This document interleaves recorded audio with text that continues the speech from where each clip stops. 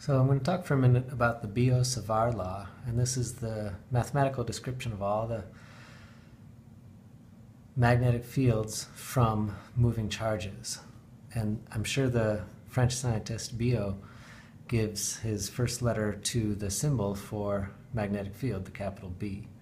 So the Boot-Savart law says an infinitely small amount of magnetic field can be expressed as our constant mu naught times I over 4 pi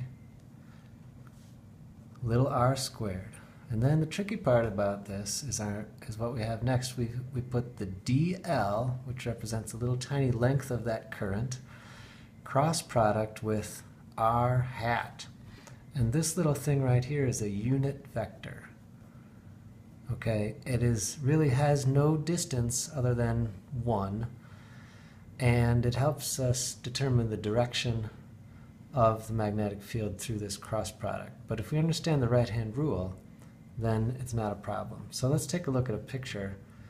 We might have current moving like this, kind of up on a diagonal and up and away. And then maybe we want to find a point out here, point P. Okay, and we say, well, what's the magnetic field at point P? What would it be? If this is carrying current, capital I, what we want to do is start looking at these little tiny distances here, dl. So this little distance right out here will create a magnetic field. We could do our right-hand rule to figure it's going to make a ring around like so. Now these rings don't only extend out perpendicular, they actually go forward and backward. So this little tiny bit of dl actually has an influence of the magnetic field out here, which would be pointing into the page. The vector from dl out to point P, okay, that's the direction. This is the direction of it, so we call that r hat, the unit vector. And our theta is going to be back there. Now anytime you do a cross product, you're worried about, you could replace the cross product basically with sine of theta, okay, and these magnitudes instead of cross product. So you can see the theta here is, it's not 0 and it's not 90, so it's something in between. If we keep looking at the different dl's on our wire, we recognize that this one right here, this is special, dl, because that is not only the closest to the point in question, okay, but it's also directed exactly perpendicular. The dl is perpendicular to the distance away from that point. And that's really helpful because that is going to give us a 90 degrees and it's going to maximize the amount of magnetic field. So pretty much each one of these little dl's, okay, creates out here a dB for magnetic field.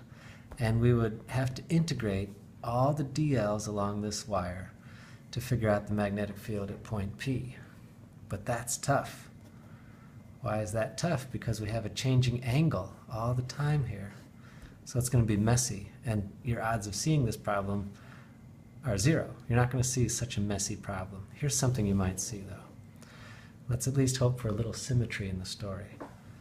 So imagine a wire carrying a current that goes perfectly to the side, and then it starts to arc up and maybe does a quarter of a circle like this, and then sends the current off like so.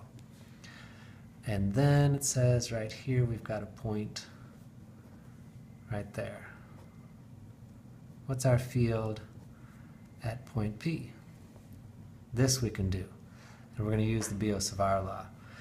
It's not exactly the same as a long straight wire a distance away from it, because the long straight wires implies infinitely long, and this clearly isn't that.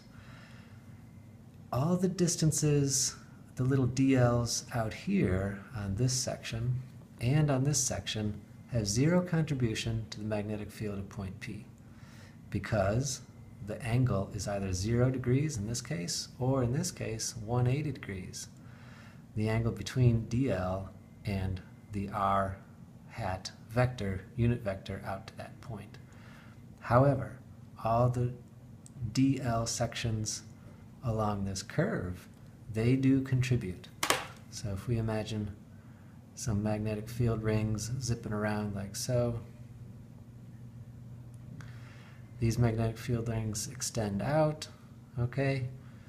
They keep going. By the time they get here, they're going into the page, and every one of these contributes to something going into the page right there. So let's start with infinitely small dB as a vector. It's mu naught I, okay, over 4 pi r squared dl, cross product with the r hat. But what we need to remember is we are always 90 degrees between these two vectors here, and always the little r is equal to a constant, let's call it big R, which would be the radius of this arc. Okay, so when we integrate like this, it's not that hard. Everything's constant.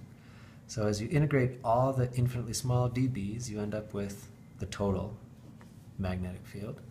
You can send out these constant values, 4 pi capital R squared.